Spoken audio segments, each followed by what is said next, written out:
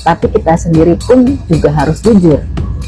Apakah diamku ini karena kebijaksanaan atau karena luka?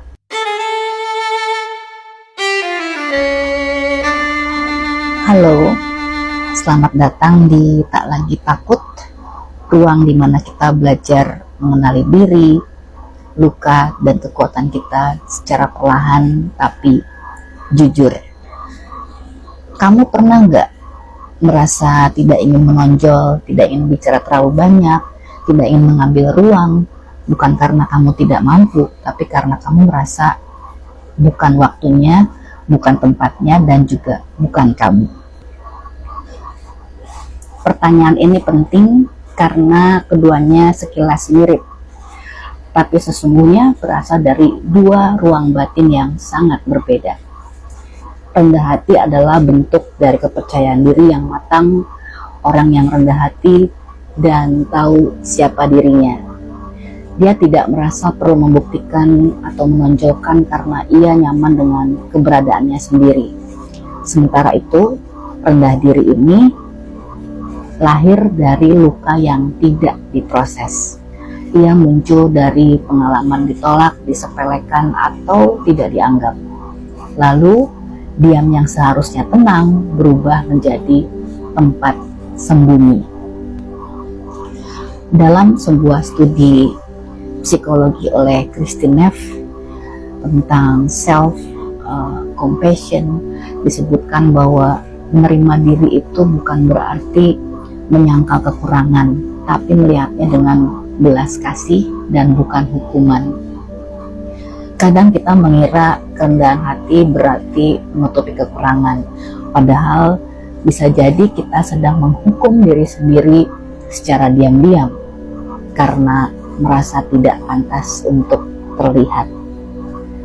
Kalau rendah hati itu adalah sadar, sementara rendah diri itu adalah cemas. Rendah hati tetap percaya diri walau tidak bersuara lantang. Sementara itu rendah diri memendam banyak hal karena merasa tidak cukup. Memang dunia kita kadang keliru dalam menilai. Budaya yang menghargai yang vokal dan percaya diri secara lahiriah sering gagal menangkap keanggunan yang datang dari dalam.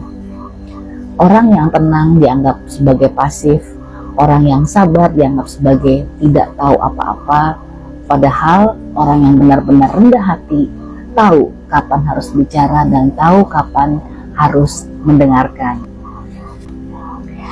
Coba tanyakan pada dirimu sendiri, apakah kamu memilih diam karena kamu memang tenang, atau karena kamu takut kalau kamu bicara orang akan menertawakanmu, atau apakah kamu menghindari sorotan karena kamu sudah cukup dengan dirimu, atau karena kamu merasa tidak pantas dilihat, atau apakah kamu mengalah karena kamu tidak ingin yang terbaik, atau karena kamu merasa suara orang lain lebih berharga daripada suaramu.